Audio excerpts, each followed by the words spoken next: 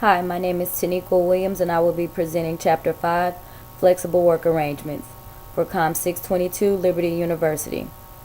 An overview of my presentation is as follows: variable, extended, and flexible work schedules, job sharing, and telecommuting. Flexible work arrangements are becoming more and more common as technology allows the use of fast-speed internet to be delivered not only to companies but homes across the world. Griffin and Moorhead mentioned the following: beyond the actual redesigning of jobs and the use of employee involvement, many organizations today are experimenting with a variety of flexible work arrangements. These arrangements are generally intended to enhance employee motivation and performance by giving workers more flexibility about how and when they work.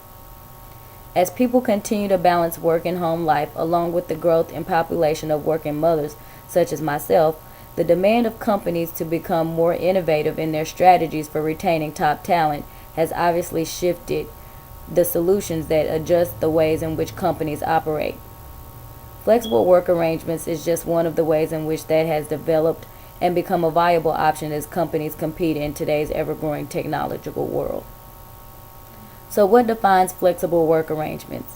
The term flexible work arrangement describes a number of alternative work options, including flex time and telecommuting, that allow work to be done at times and places outside of the standard workday. Flexible work arrangements within organizations are a critical part for success of the company or the organization. It is important to incorporate flexible work arrangements to associates in order to retain top talent, increase productivity, and it also helps suppress the number of absences one might have due to the handling of personal issues that typically arise. These items can benefit both the employees and the employer of the organization. One type of flexible work arrangement is a variable work schedule. This type of work schedule typically differs from your ordinary 9 to 5. A variable work schedule may also include an alternative such as a compressed work schedule, and in a compressed work schedule, employees work full 40 hours but within the fewer traditional 5 days.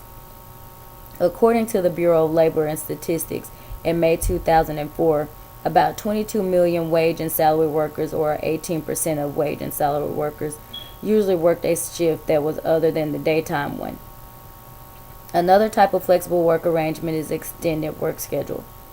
Extended work schedule is one that requires relatively long periods of work followed by relatively long periods of paid time off. These schedules are most often used when the cost of transitioning from one work to another is higher and there are efficiencies associated with having a small workforce. A third type of flexible work arrangements include flexible work schedule. A flexible work schedule, also known as flex time, grants employees some freedom to deciding what time of day they will arrive and leave to work. The presumed positive effects of flexible work schedules include reduced commuter congestion, increased customer or client service, broadened work opportunities for employees, reduced amounts of work or family conflict, and a better utilization, recreational service facilities, according to Young 2007. As time continues to bring about a change, employers are seeking ways to accommodate the modernism in today's society. As a different type of approach, organizations have begun to incorporate job sharing. Job sharing allows one to cut back on hours and still get the task done with the help of someone else. Essentially, a type of part-time work.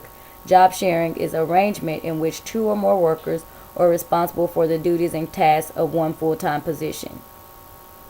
The final work arrangement listed in our text is the popular type of telecommuting.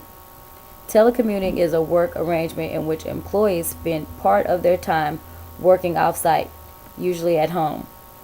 And this is my favorite of them all, as I currently have been telecommuting in my current position for about 3 years now.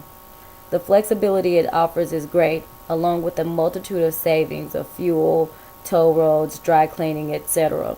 It also is beneficial for my employee as well, as I am able to work on tasks as needed. When I was actually going into the office, I would have to leave, at a certain time in order to make it home and get stuff done around the house, take my kids to soccer practice, softball, whatever they had to do. Now with the flexibility of working from home, I have an option of, taking them to soccer and then coming back and still finishing my work for today. In conclusion, flexible work arrangements benefit both employers and employees. During the past several decades, interest in the topic of work-family conflict and organizational policies that can alleviate it has flourished. An estimated 11.1 million people now work in virtual offices at least one day a week, and this is usually connected by computer or high-speed modems. With that being said, the way of the future appears that flexible work arrangements will continue to grow and increase as technology and other components allow for expansion in this area. Employers should be prepared to embrace and equip themselves with the knowledge necessary to make it happen, in order not to fall prey to competitors who are looking to develop a strong workforce by incorporating all available avenues to retain valued employees. This completes my presentation today. I would like to thank you for your time, and I hope you enjoyed. God bless.